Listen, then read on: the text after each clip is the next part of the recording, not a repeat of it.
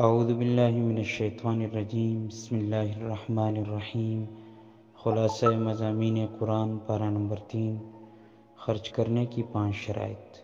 Number 1 اخلاص، number 2 مال حلال ہو، number 3 مصرف صحیح ہو، نمبر 4 فقیر پر احسان نہ جتلائے، نمبر 5 فقیر کی توہین نہ کی جائے۔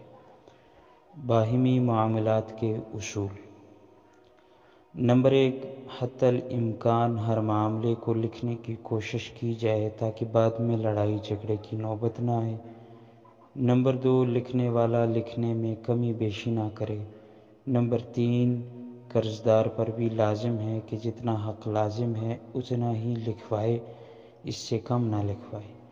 نمبر 4 اگر قرض دار خود نہیں لکھوا سکتا تو اس کا کوئی معتبر ولی یہ دستاویزات لکھوا دے۔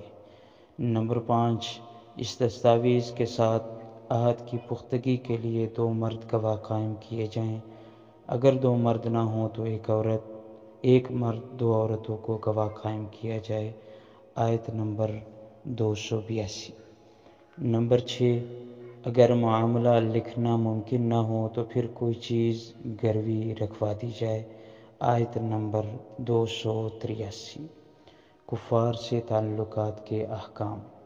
نمبر 1 موالات، یعنی کافروں کے ساتھ دلی دوستی رکھنا یہ ہر حال میں ناجائز ہے، اسلام اس کی اجازت نہیں دیتا۔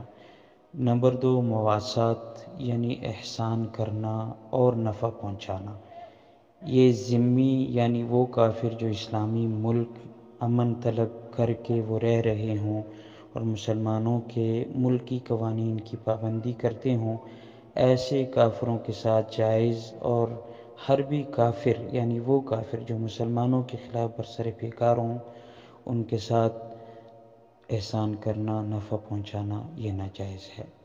نمبر 3 مدارات، یعنی ظاہراً خوش اخلاقی سے پیش آنا، یہ اس وقت جائز ہے جب ان سے کسی نقصان کا یقین ہو یا ان سے دینی اعتبار سے کسی مصلحت کی توقع ہو، ورنہ ذاتی نفع کے لیے اس طرح پیش آنا ناجائز ہے۔ آیت نمبر 28۔ السلام علیکم۔